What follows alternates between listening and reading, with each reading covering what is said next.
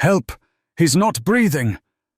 The scream tore through the silence of first class like a cold blade slashing across silk. From the ivory leather seats and crystal glasses glimmering under soft cabin lights, everything froze. A plane that had only known the steady hum of engines and the clink of cutlery suddenly became a stage of chaos. The voice belonged to Margaret Lewis, 50-8, her eyes wide, her trembling hands pressed against her husband's chest.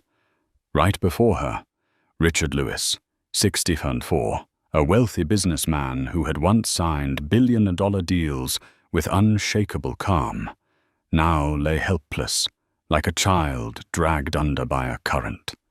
His face drained of color, his lips shifting from pink to blue. A champagne flute slipped from the table, shattering on the carpet, shards scattering like frozen tears. Margaret's sobs broke the air. She had watched him intimidate rivals with nothing but composure. Yet now those once powerful hands clawed weakly, as though grasping for an invisible thread to keep him tethered to life. "Please, somebody help him!" Her plea echoed through the cabin. Heads turned, laptops closed, magazines dropped.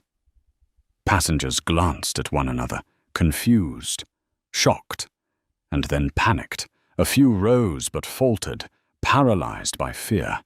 First class, built to be a sanctuary, had become the witness to a fight against death itself. Richard's body slumped, heavy, sliding off the seat and collapsing onto the carpet. Margaret dropped to her knees, shaking his shoulders desperately. "Richard, stay with me. Don't leave me." But his eyes rolled back. His breath came in ragged bursts, faltering like an engine running on fumes. Death's cold hand had reached into the cabin, brushing against them all. No one moved. The silence stretched like an eternity of helplessness. Then from seat 4A, a voice rang out, not loud, not shaken, but clear and resolute. "I'm a doctor. Let me through." It was Dr. Nathan Carter, 40. 3. He wore no white coat, only a simple, dark blue shirt and a grey jacket. To most, he looked like any ordinary passenger, perhaps a corporate employee. But just hours earlier, he had stood on stage at the International Cardiology Conference in Atlanta, his colleagues rising to applaud research that had saved thousands of lives. Nathan didn't wait for permission. He unbuckled his seatbelt, reached for his medical kit from the overhead bin, and moved quickly forward. To him, there were no leather seats, no cabin lights, no divisions. There was only a man slipping into death. "Step aside, please. Time is critical," Nathan said, his voice calm yet commanding. But a hand shot out, blocking his way. Karen Whitfield, 50, 2, the senior flight attendant. Her blonde hair was tightly pinned, her uniform immaculate, her face hardened by 2 decades in the air. Her eyes were sharp, her voice firm. "Sir, return to your seat. We will handle this." Nathan stopped, locking eyes with her. He found no cooperation, only suspicion. A suspicion he had lived with his entire life. "I'm a cardiologist. That man is in cardiac arrest. He has less than 4 minutes before irreversible brain damage," Nathan pressed, his words deliberate, his tone cutting through the cabin. Karen did not budge. Her reply was edged with steel. "Anyone can claim to be a doctor. We follow procedure. Sit down." The cabin froze. On one side lay a dying man, on the other, the only one who could save him, denied by the very rules meant to keep people safe. Margaret sobbed, crying out, "Please let him help. He's dying." But Karen stood her ground, her hand firm against Nathan's chest. In her eyes, he didn't look like a doctor. He didn't fit the image she trusted. No white coat, no silver hair, no aura of authority. Nathan tightened his grip on the medical kit. Memories flickered, being stopped at hospital entrances because no one believed he was a physician. The skeptical stares in emergency rooms, the insulting question, "Are you the nurse?" He was used to being underestimated, but this time was different. A man was dying in front of him. "Ma'am," Nathan said, his voice low, his eyes drilling into hers. "My name is Dr. Nathan Carter, Chief of Cardiology at San Francisco General. Step aside, or you will be responsible for a man's death." The air thickened. Karen stiffened, her lips trembling, though she still didn't move. Some passengers whispered, "She's right. What if he's lying?" Then a woman's voice broke through. "He's not lying. I'm a trauma nurse. I can tell he's the real deal." All eyes turned. Nathan stood firm, tall, unyielding. Karen, long used to giving orders, suddenly felt the ground shifting. But before she could respond, a chilling cry erupted from the floor. "He's not breathing anymore," Margaret wailed, clutching her husband's body as he convulsed one final time. In that instant, all barriers collapsed. Nathan surged forward, pushing Karen gently aside, dropping to his knees beside Richard. His strong hands pressed against the man's chest, launching a desperate battle with death. Richard Lewis lay motionless, his large frame sprawled across the aisle. His once healthy complexion had drained to an ashen grey, tinged with blue. His lips quivered briefly before stiffening. Time seemed to halt, but in Dr. Nathan Carter's eyes, every second fell like the hammer of death. He pressed 2 fingers to Richard's neck. No pulse. Not a single beat. That heart had stopped. "Cardiac arrest!" Nathan roared, his voice sharp as steel. "I need space, now!" Margaret's scream tore through the cabin, her tears spilling as her trembling hands clutched her husband's arm. "Richard, please, don't leave me. Don't leave me." But instead of order, suspicion rippled through the air. Karen Whitfield, still reeling from being pushed aside, clung to the authority she believed was absolute. "Sir, stop what you're doing immediately. You cannot touch the passenger without proper clearance." Nathan didn't look up. His hands locked together and pressed firmly onto Richard's chest, beginning forceful compressions. The crack of breaking ribs echoed, drawing gasps of horror. But Nathan didn't falter. "Broken ribs mean nothing. Oxygen means life," he muttered, as much to himself as to everyone listening. Karen stepped forward, her voice rigid, laced with anger and fear. "You're not authorized. If you continue, I'll call the captain and have you restrained." The cabin thickened with tension, transformed into a battlefield between life and death. But Nathan was no longer alone. Isabella Cruz, an emergency nurse from Miami, leapt to her feet. Her sun-weathered face was firm, her voice cutting through the chaos. "I'm a trauma nurse. He knows exactly what he's doing. That man will die if we wait for your procedure." Karen spun on her, snapping, "Sit down, ma'am. This is protocol." But another voice rang out from seat 5C. Robert Miller, 60.1, a retired paramedic, moved forward with steady steps. I've done this job nearly 3 decades. I know a real doctor when I see one. He's the real deal. The cabin erupted into murmurs. She's right. Let the doctor work. No, rules are rules. Anyone could fake it. But look at him. He's saving that tat man. Margaret, drowning in despair, fell to her knees, clasping her hands like a prayer.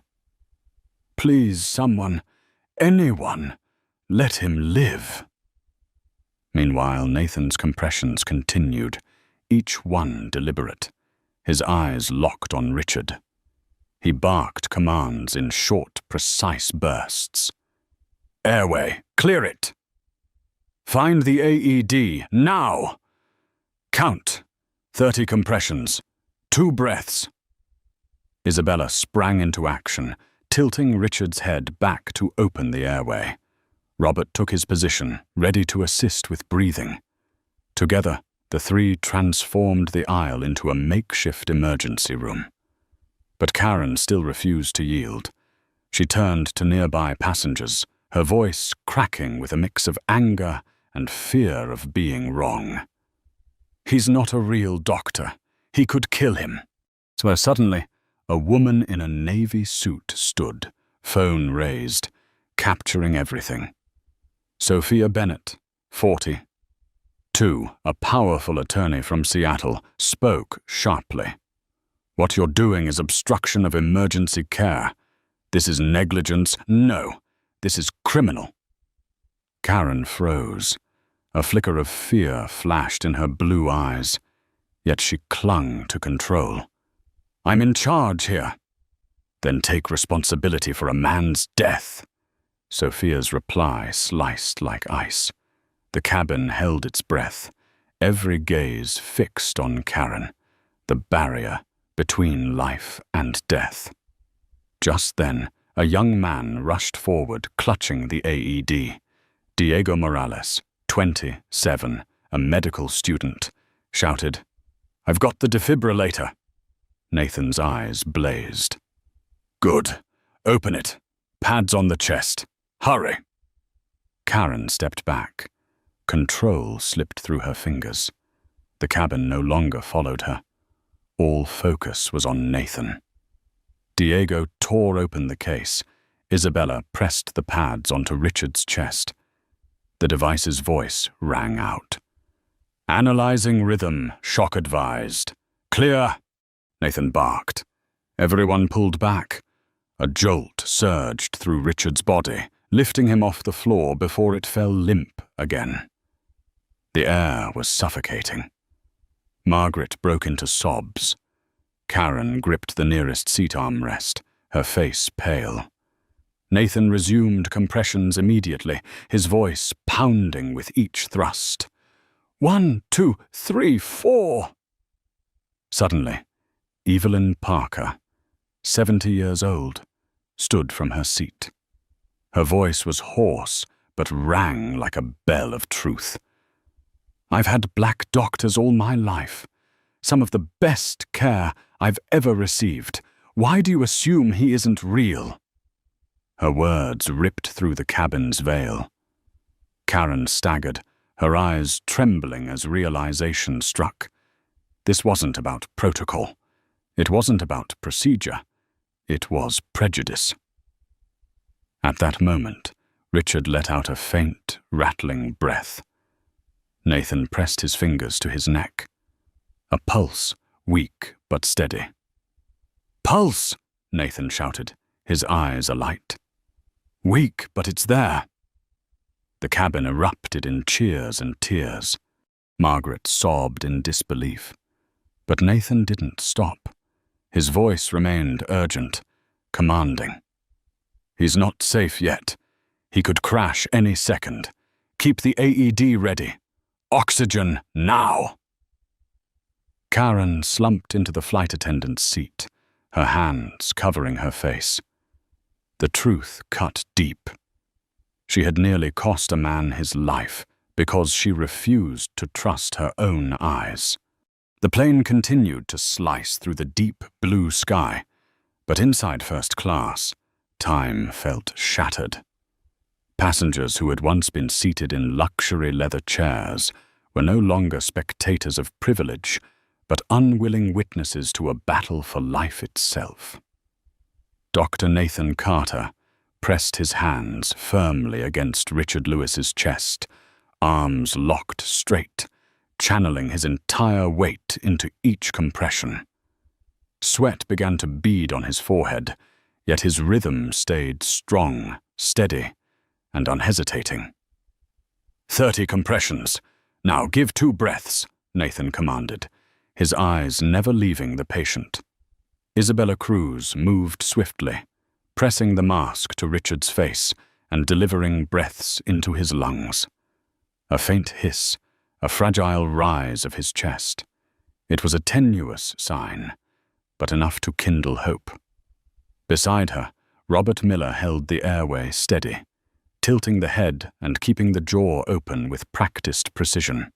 Diego Morales, the young medical student, his hands trembling yet his eyes resolute, checked the AED and shouted, "AED is ready, Doctor." "Good. Stand by. We may need another shock any second," Nathan answered firmly. Meanwhile, at the back, attorney Sophia Bennett kept her phone raised, recording every second. She wasn't just capturing an emergency, she was documenting proof. The proof of how a man nearly died because of prejudice and obstruction.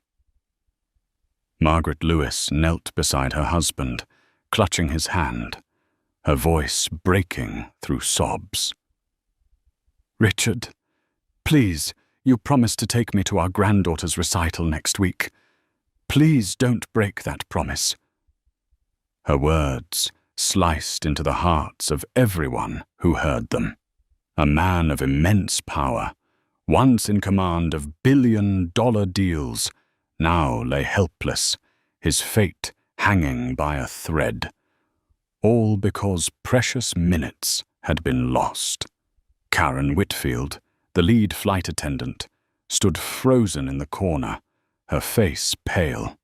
The confidence that had always been her sword, the weapon she used to assert authority, had crumbled into visible fear. A voice inside her whispered relentlessly, "Was I wrong?" But instead of yielding, Karen clung desperately to what she called procedure. Her voice wavered, thin and brittle. We have to wait for confirmation. Protocol says." Sophia cut in immediately, her voice sharp and unyielding. "Protocol doesn't mean letting a man die in front of us. What you did wasn't safety. It was prejudice. And it's on video." Karen fell silent. The cabin held its breath. At that instant, the AED emitted a sharp beep. "Analyzing rhythm. No shock advised. Continue CPR." Nathan resumed compressions without hesitation, sweat dripping down onto his dark shirt. Under his fingers, he felt the faint stir of a pulse, fragile as a bird trembling in a storm. "Pulse present, but weak," he announced, his tone clipped and precise. "We need oxygen immediately." Raul Diaz, a young flight attendant, rushed forward with an oxygen tank. Nathan quickly attached the mask and adjusted the flow. Richard inhaled, a raspy, ragged sound, but breath nonetheless. The bluish tint around his lips began to fade slightly. Isabella's face lit up. "He's responding." But Nathan shook his head, his eyes hard. "He's still critical. He could crash again any moment." The cabin seemed to dangle on a thread, stretched between despair and hope. In a nearby row, a middle-aged man, Martin Hayes, voice trembling, spoke aloud. I thought he wasn't a doctor. I admit it. I looked at him and doubted. But seeing this, my God, I was wrong. His confession was like a mirror, reflecting silent admissions from countless others who lowered their eyes in shame. Karen gripped the edge of a seat, her heart pounding wildly. The protests, the stares, the accusations, all hammered against her pride.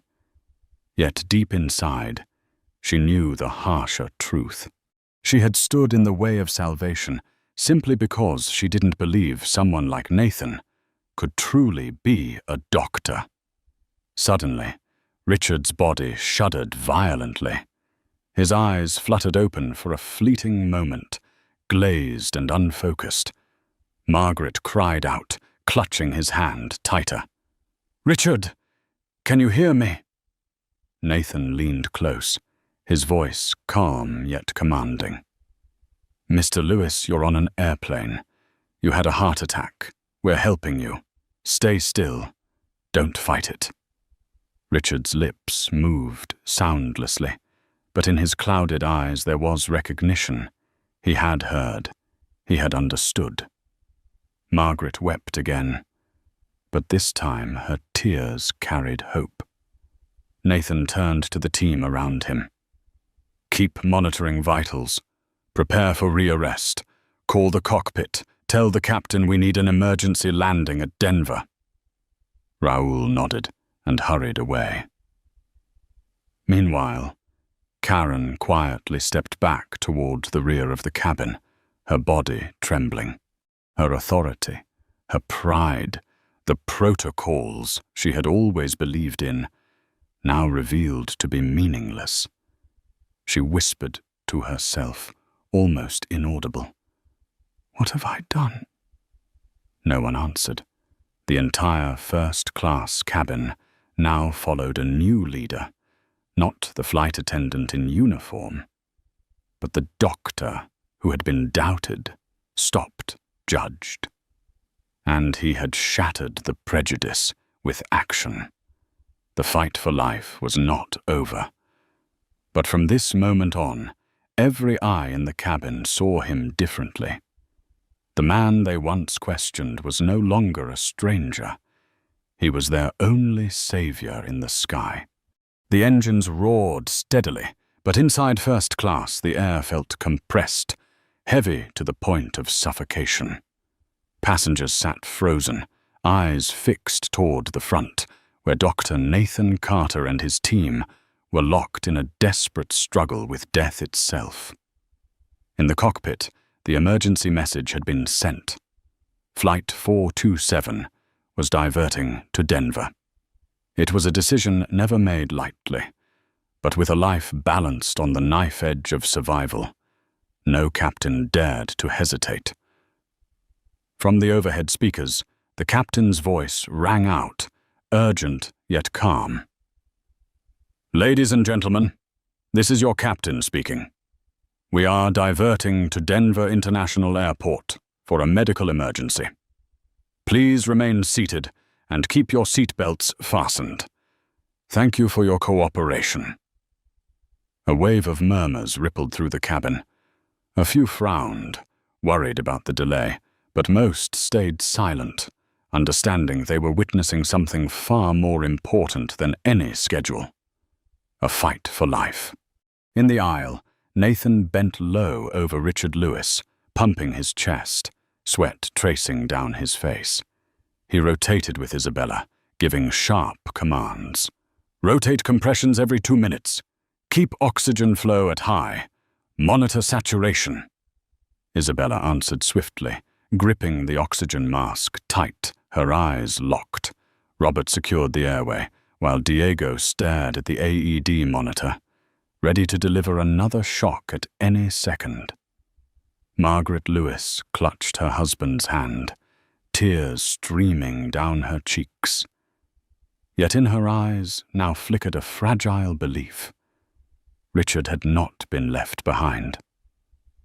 The young man in the simple shirt, the one she too had doubted at first, was now the lifeline holding her husband back from the abyss. At the rear of the cabin, Karen Whitfield had collapsed into her crew seat, her trembling hands covering her face.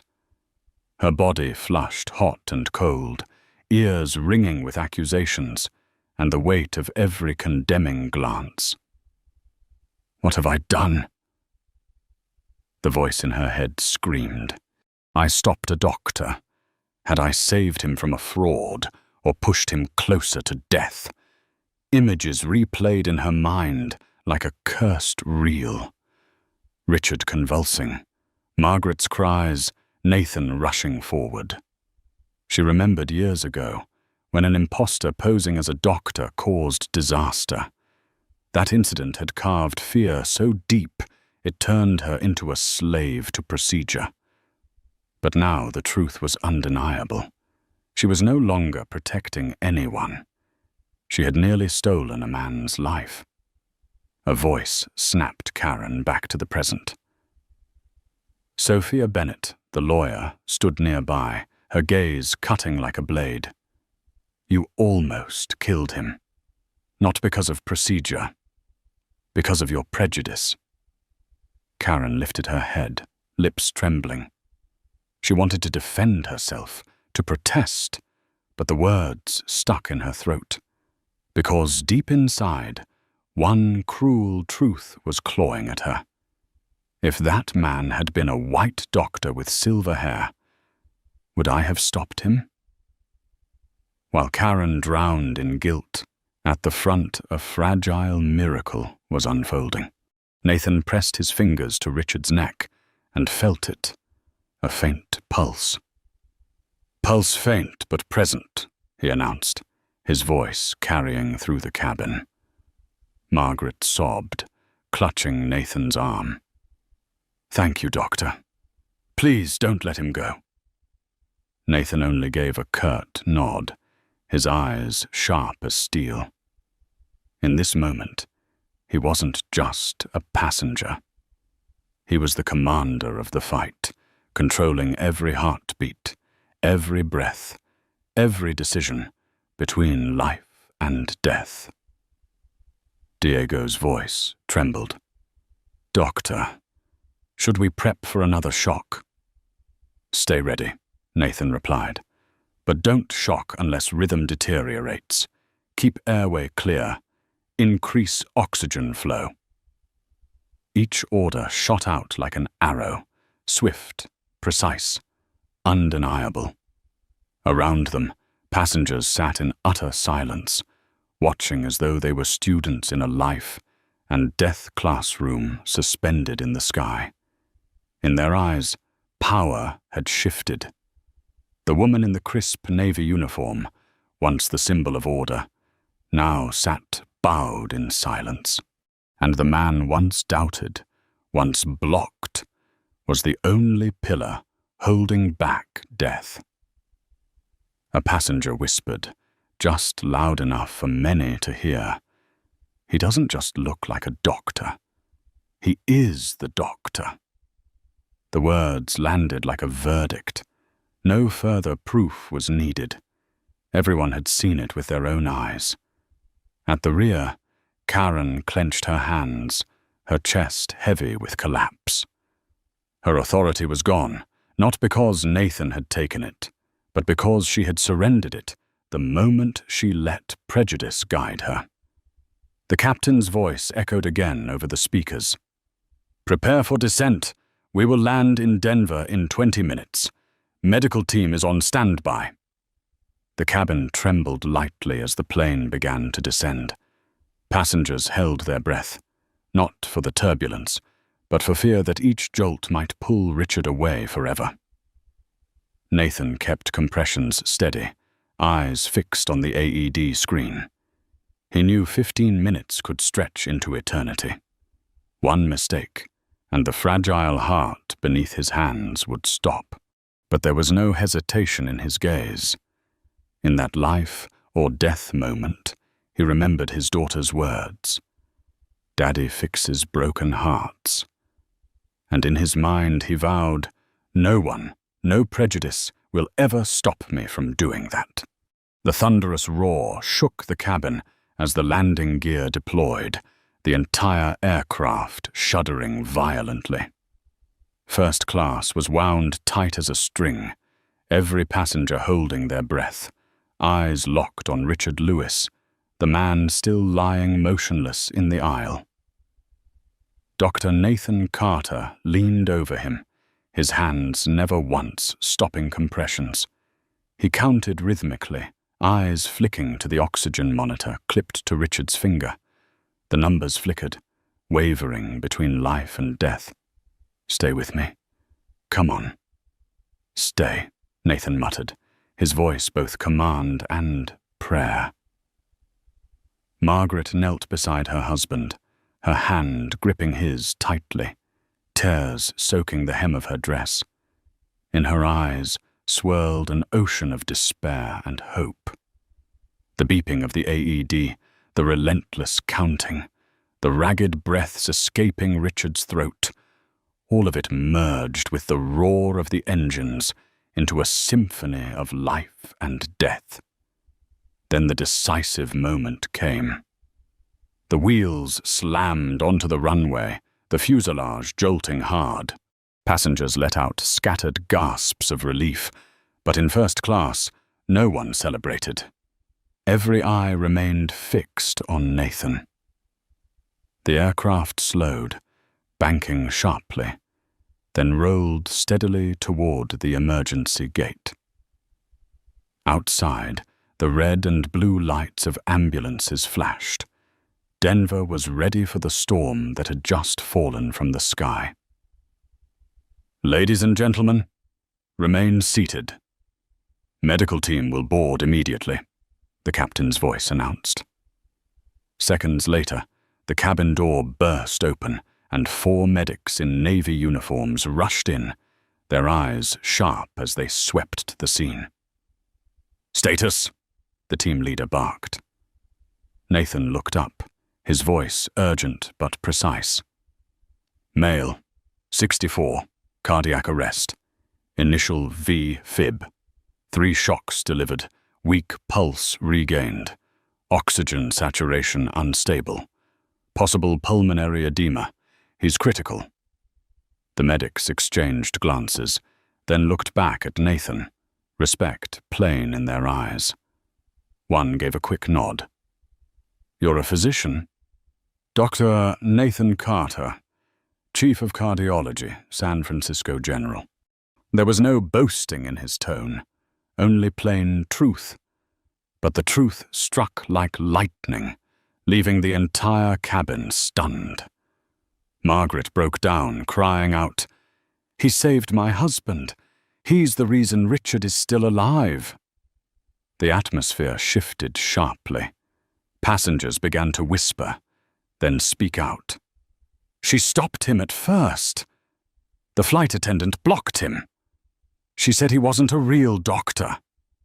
Every gaze snapped toward Karen Whitfield. She stood frozen at the back of the cabin, her face ghostly pale, lips trembling. In an instant, the woman once seen as the enforcer of order and discipline had become the defendant in a public trial held by every witness in that cabin.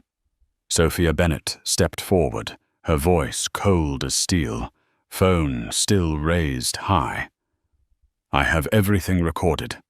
From the moment Dr. Sotter stood up until now, you tried to stop him. You almost cost this man his life. This is evidence." Karen staggered back a step, her hand clutching the seat. I was following protocol." Her voice shrank, drained of authority. "Protocol?" Robert Miller roared. "I've been an EMT for 28 years. Protocol never means letting a man die in front of you." Another passenger, the man who had once defended Karen, lowered his head. "I was wrong. I thought she was right to be cautious. But after seeing what Dr. Carter did, I was dead wrong. He saved him." Murmurs swept the cabin, each word another dagger twisting deeper into Karen.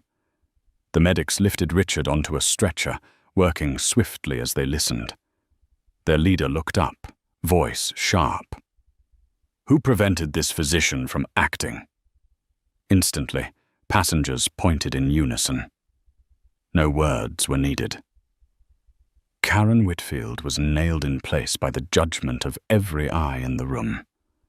An elderly woman, Evelyn Parker, spoke slowly, her voice gravelly but resonant. "You didn't see a doctor because you didn't want to see one. That prejudice nearly killed him." Karen collapsed against a seat back, her body trembling. Meanwhile, Nathan never turned, never engaged in the accusations. He walked alongside the stretcher, eyes fixed on Richard, one hand steadying the oxygen tank. For him, nothing mattered more than keeping that heart beating. The aircraft door swung open, ambulance lights pouring into the cabin. The stretcher was lifted, the medics surged forward.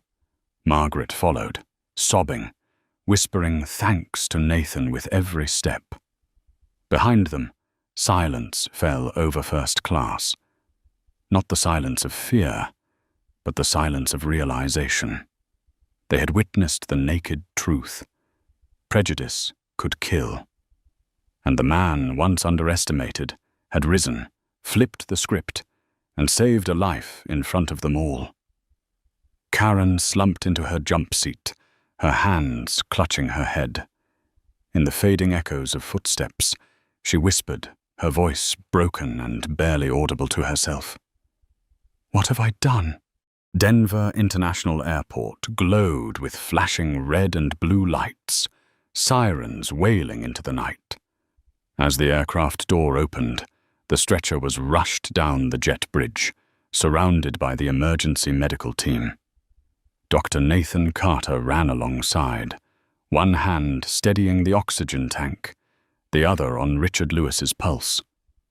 His eyes were sharp, never leaving the patient.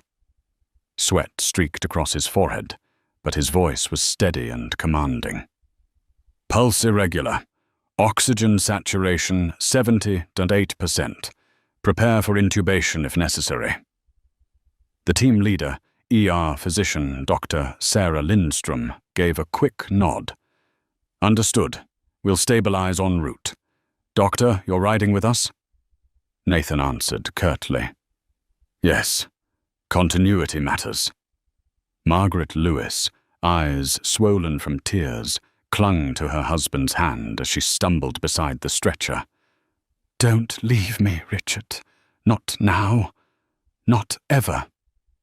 The siren screamed as the ambulance sped away, its lights tearing through the night. Back in first class, silence hung heavy. Passengers sat frozen, some still clutching their phones, quietly recording. They knew what they had just witnessed. Nearly a crime born from prejudice. Karen Whitfield slumped in her jump seat, her eyes empty, hands clenched white against her knees. Every sound replayed in her mind, the cries, the silence, the looks of accusation, trapping her in a loop she could not escape. Then the door opened again. This time it was not medics, but 3 figures in uniform, 2 police officers and a woman in a black suit with her hair tied in a tight bun, walking with authority. Her voice cut through the cabin, calm yet commanding. "I'm Special Agent Natalia Ramirez, FBI Civil Rights Division. We've received reports of obstruction of emergency medical care on this flight. We'll need to take immediate statements." The cabin seemed to tremble. Passengers rose, voices colliding. "I saw it. She blocked him." "She said he wasn't a real doctor."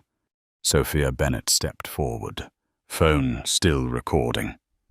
"I'm an attorney. I have the entire incident on video." from the very first confrontation to the handoff to medical personnel. This is clear evidence. Agent Ramirez gave a sharp nod, her eyes cutting toward Karen. "Ms. Whitfield, we need to speak with you immediately." Karen staggered to her feet, lips trembling. I was only following procedure." A contemptuous laugh came from the back row. Robert Miller, the retired EMT, rose to his feet, his voice booming. "Procedure never means letting a man die when help is right in front of you. That wasn't procedure. That was prejudice." Murmurs of agreement surged. Passengers nodded, pointing, their eyes cold and unrelenting as they bore down on Karen. She clenched her fists, wanting to argue, but her throat locked tight. Deep inside, one truth stabbed at her. They were right. She had not seen a doctor. She had only seen skin color. Agent Ramirez's tone left no space for excuses. "Whitfield, you are being detained for questioning under suspicion of civil rights violation and reckless endangerment. Officers, please escort her." The officers moved in, firm but measured, locking her arms as they led her away. Karen stammered weakly. "I didn't mean... I was afraid. What if he wasn't?" "Afraid of what?" Evelyn Parker, the elderly woman, rose to her feet. Her voice trembled, but carried through the cabin. "I've been treated by black doctors my whole life. Some of the best care I've ever received. What exactly made you think he wasn't one? His skin?" Karen froze. She wanted to say no, wanted to invent some other excuse, but her mind was empty. Any words would only expose her further. The officers guided her down the aisle. The passengers remained silent, but their eyes pierced her like needles. No forgiveness waited for her here. Inside the ambulance, Nathan stayed at Richard's side. Red and blue lights flickered across his face, drawn tight with focus. "Pressure dropping.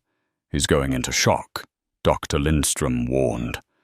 "IV fluids, wide bore. Keep oxygen high. Prepare amiodarone if TAC recurs."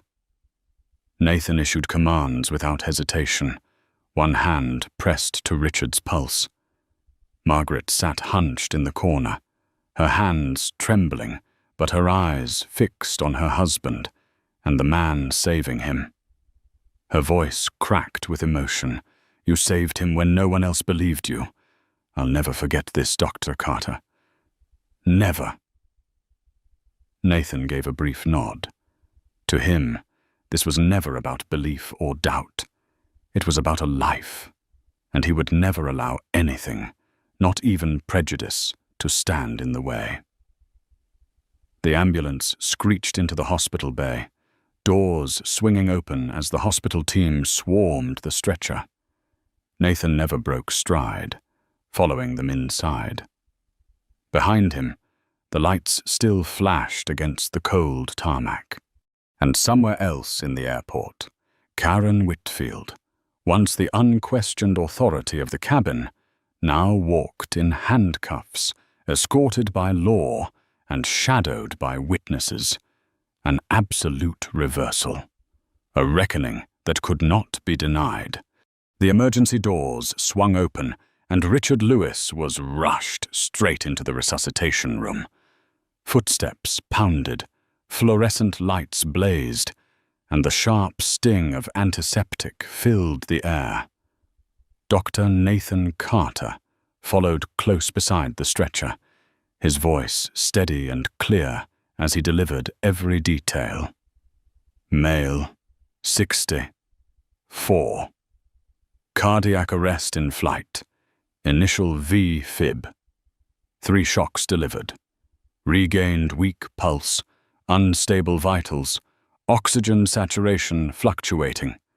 Possible pulmonary edema. IV fluids running, amiodarone administered. On-call physicians scribbled notes at lightning speed, nurses passing syringes and equipment from hand to hand. A young doctor whispered under his breath, "God, he should have been gone." Nathan's reply was cold, unyielding. "He would have been, if we'd waited for permission." No one asked further. They all dove into their tasks, knowing each second was a razor's edge between life and death. The monitor beeped unevenly, Richard's heartbeat flickering like a candle in the wind. Nathan clenched his jaw, his hands gripping the bed rail, his eyes locked on the screen. "Prep cath lab. He needs angiography now." Dr. Sarah Lindstrom, the ER physician leading the team, nodded firmly. "Agreed. Likely LAD occlusion. We'll alert the surgical team." Outside the glass wall, Margaret gripped the pane so tightly her knuckles turned white, her swollen eyes locked on Nathan. She saw his tall frame, steady, commanding the room. A doctor she had almost lost to a senseless obstruction. Gratitude swelled in her chest, tangled with a deep fury. If he hadn't fought through, Richard would already be gone. In a sterile interview room at Denver International, fluorescent lights revealed every tremor on Karen Whitfield's face. She sat opposite Agent Natalia Ramirez, flanked by 2 officers. On the table, Sophia Bennett's phone was connected to a screen, replaying the damning video, Karen blocking Nathan, her hand pressed against his chest, her voice cold and cutting. "We need a real doctor." Margaret's desperate screams echoed in the recording, the pleas, the silence of a stopped heart. Then Nathan dropping to his knees, dragging Richard back from death. Agent Ramirez stopped the video, her eyes sharp as steel. "Ms. Whitfield, you saw a man collapse. A licensed cardiologist identified himself. Multiple passengers confirmed his expertise, yet you physically obstructed him. Why?" Karen swallowed hard, her voice hoarse. I was protecting the airline. Years ago, a man pretended to be a neurosurgeon and almost killed a passenger. I swore never again." Ramirez's gaze never wavered. "And yet, did you ever question a white male passenger claiming to be a doctor?" Silence fell heavy, dragging the room into a pit. Karen's lips trembled before the words finally broke out. "No." Ramirez wrote a note, each stroke cutting like a verdict into the air. "So your protocol only applies selectively. That is called prejudice. And when prejudice obstructs emergency care, it is a federal crime." Karen's breath came ragged, her shoulders shaking. She clung to one last thread of defense. "I didn't mean for him to die. I didn't think he could be." "Could be what?"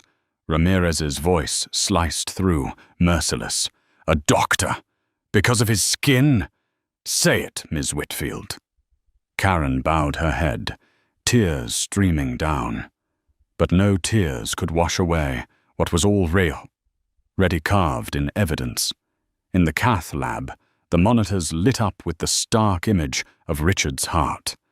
A coronary artery was blocked completely, blood flow dammed like a river against stone.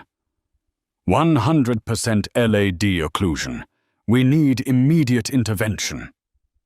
Dr. Lindstrom's tone was urgent. Nathan nodded sharply. "Get the stent ready. If not possible, prep for Cabby G." He leaned down close to Richard, his voice low but firm. "Stay with me, sir. We're almost there." Richard groaned faintly, his eyes fluttering open. In the haze, recognition flickered. His lips moved weakly. You fought for me. Nathan clasped his hand, squeezing firmly. And I'll keep fighting. Don't let go.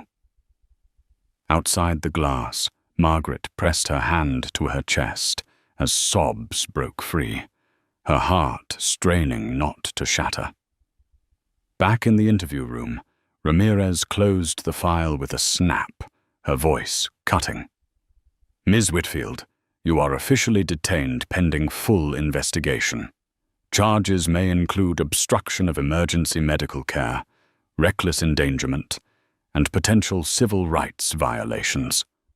Karen collapsed into her chair, her face ashen. Once a woman who commanded authority in uniform, now nothing but a prisoner shackled by her own prejudice.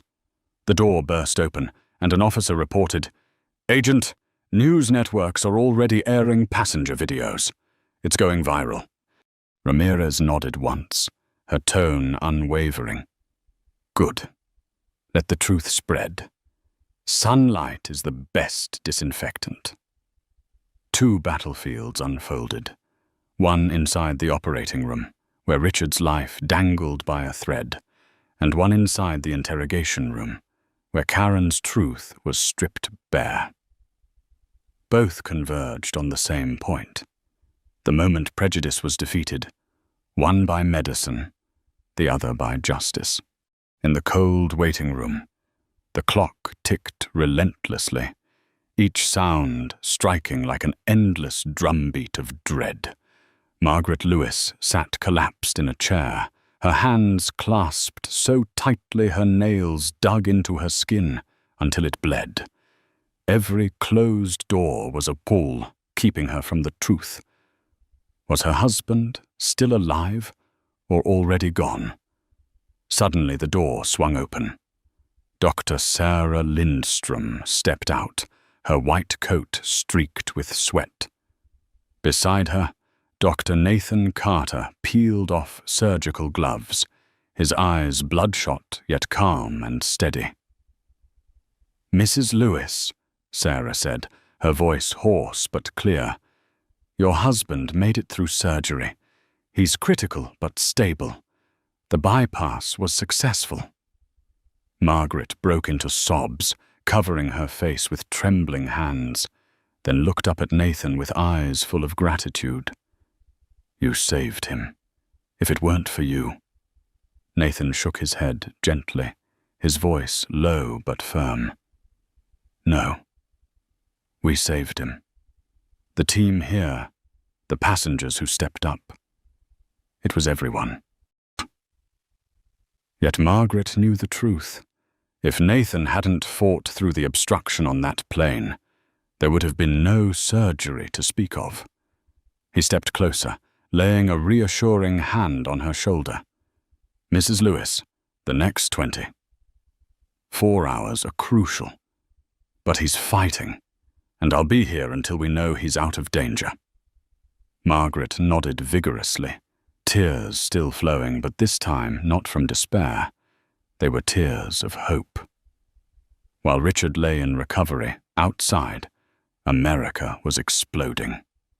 The videos from first class, Karen blocking the aisle, Nathan shouting, "I'm a cardiologist!" The moment Richard's heart stopped and then jolted back to life with a defibrillator, spread like wildfire. CNN, NBC, Fox News, every outlet broke into special coverage. The screen split, one side showing Nathan bent over performing CPR, the other emblazoned with a headline in red, "Doctor blocked mid, flight due to bias, saves life anyway." The hashtag #excellence has no color trended within hours. Millions of shares, hundreds of thousands of furious comments, calls for an airline investigation. One user wrote, "Imagine losing your husband because someone didn't believe a black man could be a doctor. This has to change." Another posted, Dr. Carter is the reason that man is alive. Hero doesn't even begin to describe him. In the recovery room, Richard Lewis opened his eyes for the first time since surgery. His breath was shallow, his words barely a whisper, but his gaze lit up when he saw Margaret and Nathan beside him. "Richard," Margaret wept, clutching his hand. "You're here. You came back to me." Richard turned his head with effort, searching for Nathan. His voice was faint, almost without sound. "I heard her. She tried to stop you, because of who you are." Nathan clasped his hand firmly, his tone calm. "Don't waste your strength on that, Mr. Lewis. Focus on healing." But Richard squeezed weakly, lips trembling. "Thank you for fighting anyway." Margaret sobbed harder, but this time her cries carried relief.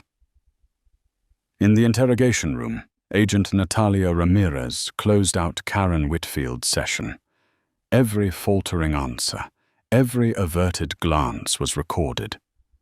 The woman who once commanded authority as a chief flight attendant was now a suspect facing federal charges. Ramirez stood, her voice cutting through the silence. "This is no longer an internal airline matter. It's now a federal case." Karen dropped her head onto the table, her shoulders shaking. Everything she had built, her career, her reputation, collapsed in one night, undone by a choice rooted in blind prejudice.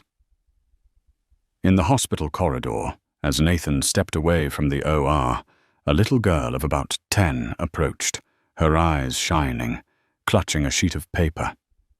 Her mother stood behind her, nodding encouragement. "Excuse me, sir. Are you the doctor from the plane?" the girl asked, her voice quivering with hope. Nathan was momentarily surprised, then smiled. "Yes, I am. What's your name?" "Aaliyah," she said softly, holding out the paper. "Can I have your autograph? I want to be a doctor like you one day." Nathan knelt down, writing slowly. "Future Dr. Aaliyah. Never let anyone tell you who you can't be. Dr. Nathan Carter." The girl's eyes lit up as if she held the whole sky. Her mother whispered, her voice breaking. "Thank you, doctor. You didn't just save one man tonight. You gave my daughter a dream." Nathan smiled, though inside a storm churned. He knew the fight on that plane was never just about saving one patient. It was about confronting the darkness of prejudice, the kind that could strangle a dream if no one stood against it. Two fronts, inside the hospital, where Richard fought for every breath, and across social media, where America fought for truth. And at the center of it all, a doctor once doubted, now finally heard by the entire world. At dawn the next morning, the lights burned late on the 40th floor of Transair headquarters in Chicago. Around a long, polished wooden table sat more than a dozen senior executives, their eyes fixed on the video streaming across every news channel. On the screen, Karen Whitfield blocked the aisle, her hand pressed against Nathan's chest as she said coldly, "We need a real doctor." Moments later, Richard Lewis went limp. His heart stopped. Then his body jolted back as Nathan delivered a life-saving shock. Each frame cut into the airline's reputation like a blade. CEO James Matthews, 58, his face hard as stone, slammed his hand on the table. "This is a catastrophe. Not just PR. This is federal liability." Millions have seen this footage. The chief legal officer's voice shook. Sir, the FBI is already involved. If obstruction of emergency medical care with discriminatory motive is proven, we are looking at lawsuits, possibly a class action. Another executive spoke up, fear clear in his tone. Stock is already down 6% overnight. We need a statement. We need control. Matthews inhaled sharply, his voice dropping but steely. No. What we need is accountability. Find Dr. Nathan Carter. I want to speak with him personally, and suspend Whitfield immediately. Meanwhile, outside the Denver hospital, dozens of reporters crowded the emergency entrance. Cameras pointed, microphones thrust forward, flashes bursting like lightning. Dr. Carter! Over here! Do you believe this was racism? Will you press charges against the airline? Nathan stepped into the hall, wearing a borrowed hospital coat, his eyes sunken from exhaustion. He raised a hand against the glare, but his voice was firm. My focus right now is on my patient, Mr. Lewis. He survived because of teamwork and immediate intervention. But yes, he almost didn't, because prejudice stood in the way. The crowd erupted, scribbling furiously. A live banner on CNN read, "Cardiologist blocked mid, flight speaks out. Prejudice stood in the way." Inside, Margaret Lewis watched through the glass, pride and anguish colliding in her chest. She knew Nathan had not only saved her husband, he had put his career on the line to face a storm of public scrutiny in the name of truth. At the FBI field office in Denver, Agent Natalia Ramirez addressed her team. Video evidence confirms physical obstruction by flight attendant Karen Whitfield. Multiple witnesses corroborate. This wasn't just poor judgment.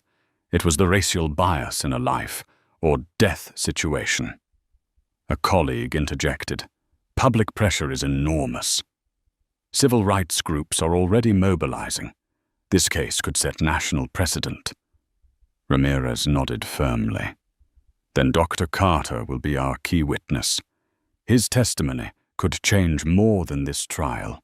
It could reshape airline protocol nationwide. In a holding cell, Karen Whitfield sat curled into herself, hands clenched, eyes bloodshot. Her court-appointed attorney exhaled heavily. They have overwhelming evidence. The best you can do is cooperate, maybe reduce sentencing. Karen's voice cracked. I didn't mean to, I just thought... Thought what? The lawyer snapped wearily. That he didn't look like a doctor? That excuse won't hold, Ms. Whitfield. Not when a man nearly died and the world saw why. Karen dropped her head, crushed beneath the realization. This was no longer about losing a job. It was society's verdict on the prejudice she had carried her entire career. In the recovery ward, Richard Lewis stirred. His voice was raspy, but each word clear. Where is the doctor? Nathan stepped forward, leaning down. I'm here. You made it through surgery. You're stable. Richard locked eyes with him, his gaze heavy but resolute. I heard everything on that plane. She tried to stop you because you're black. I won't stay silent about that. If I'm alive today, it's because you refuse to back down. Margaret sobbed, clutching her husband's hand. Nathan placed a steady hand on Richard's shoulder, his tone calm but unyielding. Rest now. There will be time for all of that later. Right now, your job is to heal. But deep inside, Nathan knew the words Richard had spoken would echo far beyond any operating room. Online, the hashtags surged. Let doctors save lives. Excellence has no color. Medical associations issued formal statements demanding reform of airline protocols. An evening broadcast declared, "This case may lead to federal legislation protecting medical professionals from discriminatory obstruction during emergencies." Nathan sat alone in the hospital, gazing out at the Denver skyline, lights glittering against the night. He exhaled slowly, knowing he had become an unwilling symbol. He had never sought the spotlight, but this time the spotlight had found him, and he understood. Not only had Richard's life been saved, but a chance had emerged to protect countless others from the stranglehold of prejudice.